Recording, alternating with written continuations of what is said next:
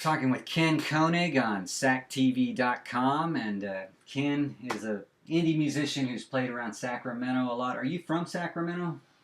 Pretty much. I was born in Brooklyn, New York, and moved out here when I was 5. So, okay. So you mostly I don't have the accent, so I'm from California.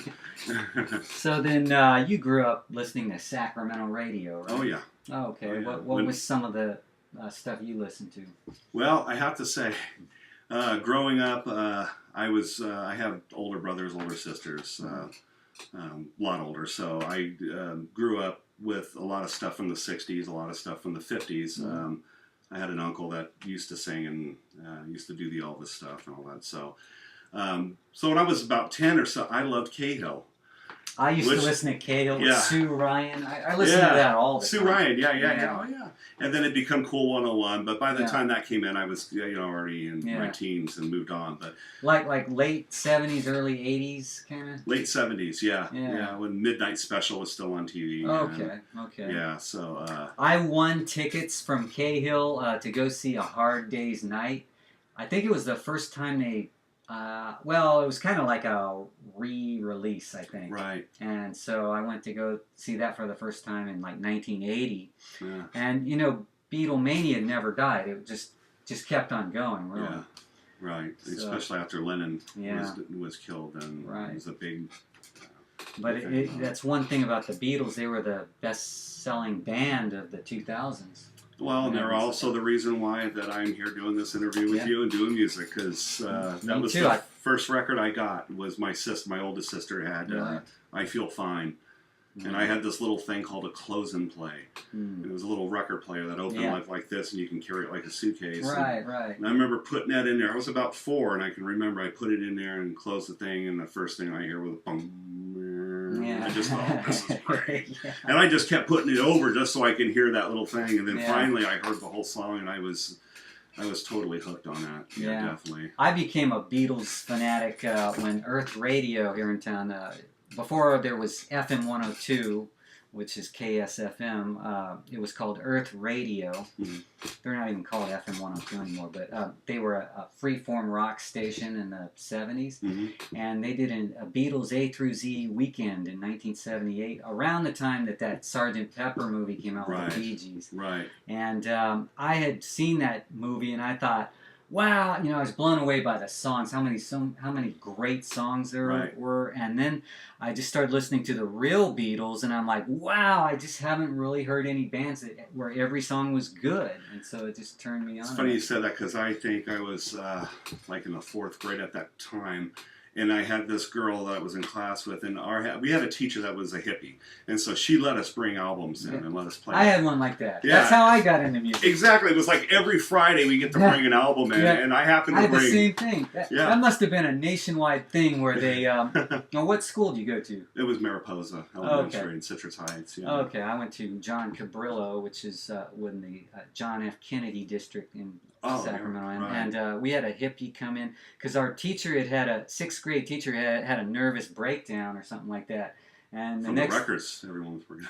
No, it was from she was old world. She didn't let us hear records, and then when she disappeared, this hippie came and took her place and brought his guitar every day and started out an hour a day learning songs, the popular songs of that period, which was 74. And that's how I got into music. And then eventually we were singing songs like 5 hours a day. Oh, yeah. So it was incredible. All of us look forward to Fridays. And she would let us play a track or like 2 songs per each record. There was a lot of kids bringing albums. So I brought in Jefferson Airplane's Surrealistic Pillow. And I brought that in. They let you play White Rabbit or something? Oh, she went, I love this album. I got this when I was in college, and so I got to play 4 songs off that one. Wow. But this girl brought in Sgt. Pepper's by the Bee Gees, brought that in, and I went, oh, you got to hear the real album. She goes, this is the real album. And I went, I'll bring it next week. Yeah. And I brought it, and she ended up loving that one. So That's what happened to me. Just, sometimes a cover artist can actually introduce someone to the original thing, And I found that was true with a lot of the older artists that I didn't realize. A lot of my favorite songs growing up, I didn't know were cover songs till later on, Right. But how about music in general, how it's evolved over the years. I mean, we can kind of look at each decade as a building block until finally we get to 2000 and it kind of all tumbles down, don't you think? Well, in my opinion, and I'm sure there'll be many that will. Well, record sales prove that it's not as big as it used to be. Well, being a teenager in the '80s, to me in the '80s, the music was it was awesome. Yeah. It was just everything. There was so much. It seemed like there was so much diversity in music, Yeah. and there was so much. There wasn't an age barrier either. I mean. Right. You had people like, I don't know, you had Hall & Oates, which these guys were already in their 30s at that time, and kids were listening to their music. And then you had Boy George, but also some of our parents even liked some of that stuff. Oh, yeah. And the difference is now it just seems like it's like one-dimensional. It's like you only have this bracket, this much of music, and if you're older than 22, you're old, and I don't know. It's like they turned into fast food almost. Well, it is lost all its nutrients. Right, exactly. It's processed music, but it's like Frank Zappa once said. He says it's not about the music anymore. He says it's about if you got a pretty face and you can dance, because there's producers that can make you sound good. If you can't sing good, don't even worry about it, because you're going to look good in that video. That's right. And we'll make you sound good. Years ago, lots of reverb. Yeah. Years ago, it wasn't like that. Right. And I think I know personally just from. Listening to even local or indie artists, there's a lot of people out there that are just fantastic and need to be heard. I mean, I have good friends that are just fantastic songwriters, and I can't see why they're not being played on the radio. I mean, probably because they're not on a major label, because that's all that gets played on the radio. They can't dance. So. Yeah. But, the indie thing is really accelerating in this century, and that's the one thing that balances it all out. I mean, right. Major label music and professional, whatever, top radio hits. I think the quality of that. This is my opinion, but it seems to be the universal opinion with everyone I'm talking with. Right. But, the quality just fell several notches, and it. Instead of unique artists, we started getting these formulas where everyone started sounding the same, doing the same stuff, and using the same studio tricks, that same crunchy sound we hear over and over. And everything is so sterile. Yeah.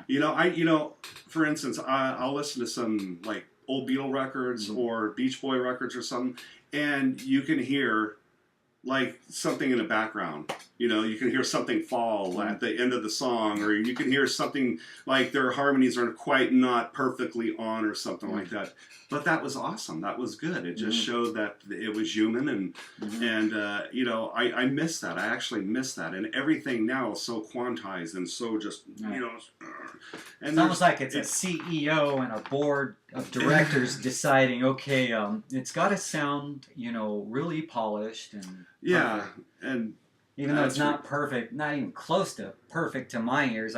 When I hear over-processed music, I just turn it off. I don't want to hear technology. I want to hear music. Right. I mean, I love technology. I'm an Apple freak. I buy all their gadgets, and this is on an iMac right now. And I mean, I got all these cool things. This movie camera thing. I mean.